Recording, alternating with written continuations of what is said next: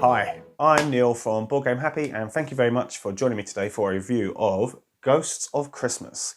This is a 3 to 4 player trick-taking game with a really clever and unique must follow and then tricks happening in different orders. It's very, very clever. The how to play will be a bit longer because I wanted to get across how specifically the tricks work and how the must follow works. So bear with me, but it's worth watching for, especially if you're a trick taking fan. This is a very, very, very clever game. So I'll take you down to the table, show you how it plays, and then I'll bring you back up and give you my final thoughts. Okay.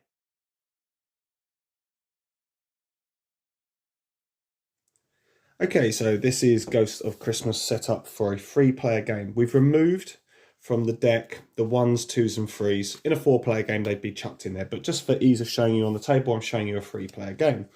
So what we're going to do is we're going to shuffle these cards and we're going to deal all of them to the players. So each player has 12 cards. So let's look at this player, who is currently the starting player as per this top hat. So they're going to have a look at their cards. You'll notice there are 4 suits: yellow, blue, green and red. Hearts, the red, are the trump suits.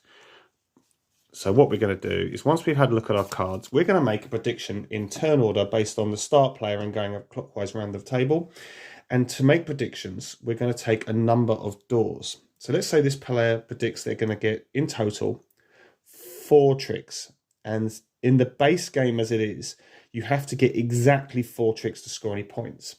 The next player thinks that they're going to just get 3. But what they're going to do is they're going to use one of these special red doors, which gives them a kind of overshoot, shall we say. So if they get 3 or 4, they're still going to score points. But because they've chosen to use a red door, they'll only get 1 point per trick if they are correct, whereas this player will get 2 points per trick. And the last player thinks they're going to go all guns blazing. They're going to get 5 tricks, no arguments. That's what they think they're going to get. So everyone's made their predictions. Starting with the start player, they will look at their cards and they will choose to play a card.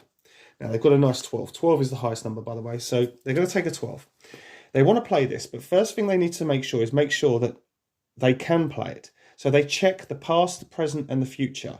Now, if all 3 of these were turned over, and I'll explain what that does in a minute, and there was no yellows there, they wouldn't be able to play that card unless they couldn't follow one of the other suits. But as it stands, as the first player in the first round, they can choose wherever they want it to go. So they're going to choose to put that in the past. They grab the past wheel and they set it to yellow. So now, all players who want to play in the past must play a yellow if they've got one. So the second player will look at their cards.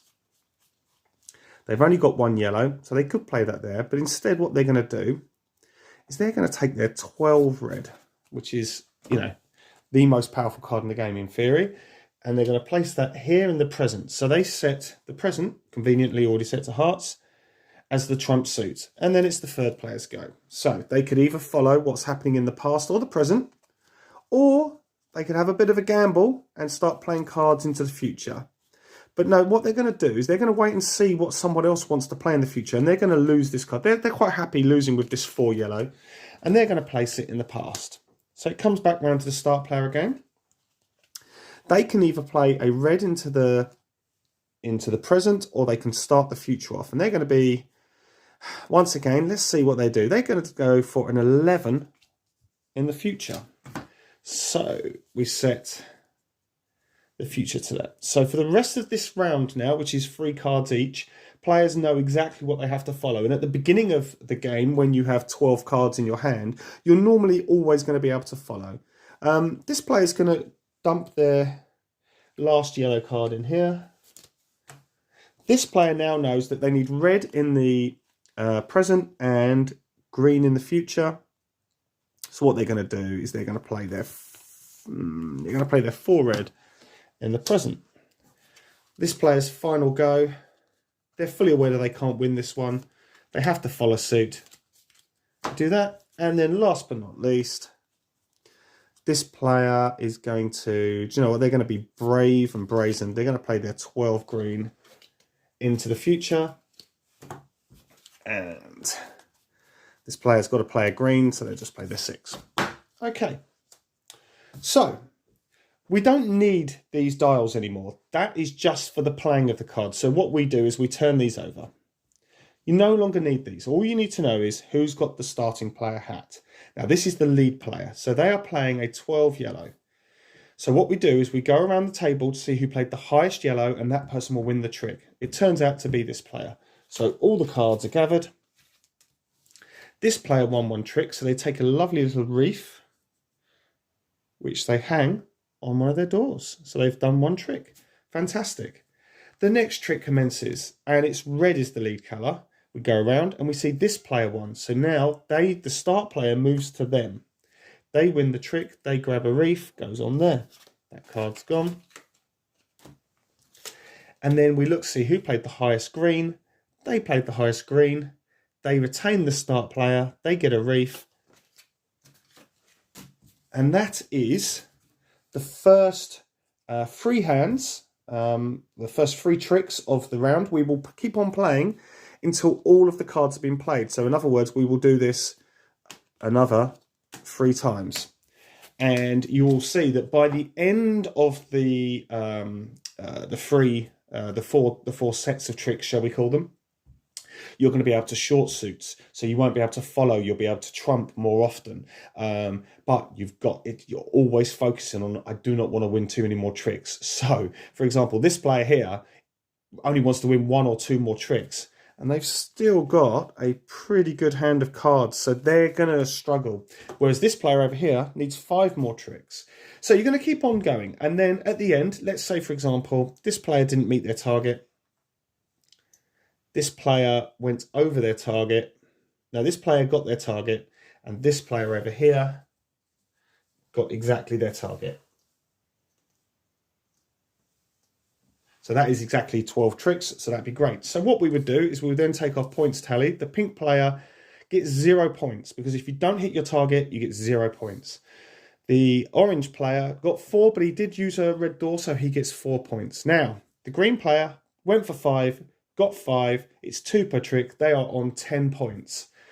So that's the basic rules and the basic scoring. There's an alternative scoring called Tiny Tim, where you don't make predictions and you score based on the amount of tricks you win. If you win 0 tricks, you score 6 points. If you score 1 to 6 tricks, you score the equivalent points. So for 3 tricks, you'd score 3 points. And if you score 7 or more tricks, you score 0 points. So those are the 2 scoring rules in the game, and that is how you play Ghosts of Christmas.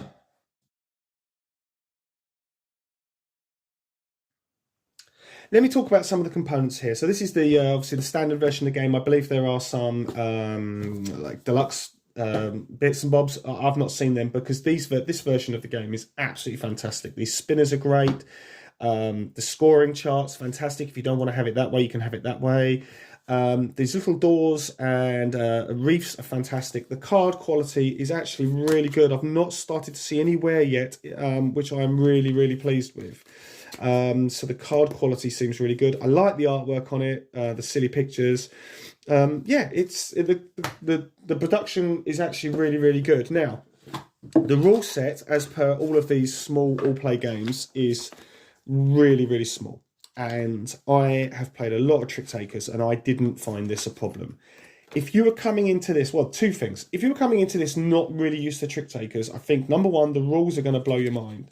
But also the way the game is a must follow, and then the lead changes in the past, present, and future. I would definitely say that this is not for an inexperienced trick taker. It's for someone that has played quite a few trick takers. However, there are lots of good helps and hints and tips on online if you want to, and hopefully this video has also helped you to learn how to play Ghosts of Christmas. So let me take you back up top, and I'll talk about my final thoughts. Okay, cheers. Okay, so I hope that look at how to play and the components and rules gives you a really good feel for Ghosts of Christmas. I've already kind of mentioned who I think this game is for, and it's certainly not for the new players to the trick taker table. This is for people very comfortable with lots of standard rules that have kind of established elsewhere, and then you're willing to just accept that the rule book is incredibly limited in what it says, but it gets all the pertinent points across. So yeah, it's definitely for the more experienced trick taker. I mean, obviously, teach it to new players not used to trick taking games. It will take them a good few games to get used to it, but they'll be fine. But certainly, if you were looking to get into trick taking games, this isn't the first one you should jump for. So it is for the more experienced trick takers. 3 or 4 players only. I think I prefer 3 because there's slightly less chaos, but that's okay. If you like a bit more chaos, you can go for 4. Something I didn't mention: there is some like expansion stuff in the box where you can play beyond, so past, present, future, and beyond. So you play more tricks per round, shall we say? And that's okay. That's fine. It doesn't add anything extra to the game, but it's nice to have it in there. It's really nice to have it in there. So, do I like this game? Yes, but that scoring is broken. If a player plays the way I described it there and they jump up to 10 points and you're on 0, the ability to catch up in the next 2 rounds, because you play over 3 rounds in a 3-player game, is really, really, really difficult. And so they've chucked in the Tiny Tims variant, which is fine, but it also comes down to the same problem which the normal scoring has, which if you have a great hand, you will do better. You'll be able to make your predictions better. You will be able to play better. Now, this is a problem that lots of trick takers have, where the best hand wins, or the player who's able to manipulate the game does the best. So we've been mucking around with some house ruling on this game with changes to the scoring. So that's a bit frustrating from my point of view. So that kind of gives it a bit of a knockdown for me, because I love the mechanism. I love the must follow. I love setting the must follow and then basically ignoring that when it comes to actually playing out the tricks.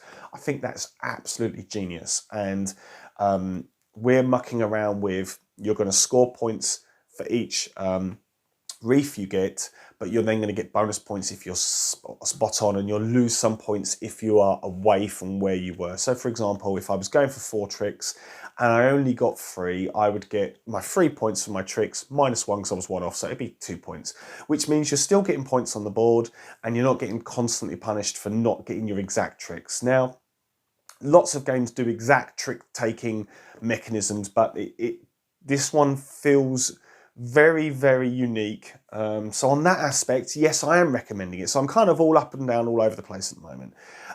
I would say if you know someone who's got a copy, play it. I would say give it a play. If you like trick takers, give it a play. If you see it in a library or a convention, give it a play. I mean, it's relatively cheap. So if you really like the look of it, then, go and buy it. You will enjoy it, but be fully aware that as you're going into it, that the scoring is a little bit frustrating from everyone's point of view, because you will come away a little bit annoyed that they won because they just had the best hand 3 times and there was very little I could do. That is a bit frustrating. So yeah, in terms of value for money, for the price, it's fantastic. The quality of the components is really high. So the cards aren't showing any wear. Length of play is about right for me. It felt right each time, and that was great, because some trick takers take too long or they have too many points thresholds. This one feels about right.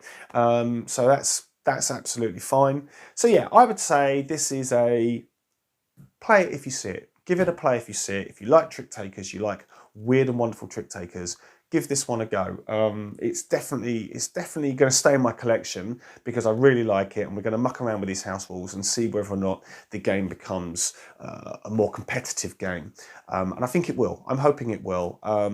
We're also, and in the Tiny Tim, you get points for going for 0 tricks, whereas in the standard game, that doesn't exist as far as I know, unless I've gone completely mad. No, there's no benefit to doing that. So I think that should be in there as well, because shoot for the moon. I mean, the whole game is effectively a shoot the moon mechanic, because you always need to be precise on absolutely everything. But if you went for 0 tricks, I think there should be a bonus. So anyway, I'm going to muck around with the house ruling. I don't like house ruling games, but this game, the actual mechanisms of play is well worth it. This is, for me personally, as a super fan of trick takers, this is well worth it. But it may or may not be for you. But anyway, I hope that review, how to play, look at the components, give you a good idea of Ghost of Christmas. I hope that you enjoyed it. And if you do, please leave a comment, and that'd be greatly appreciated. And I will see you on the next one. Okay, cheers.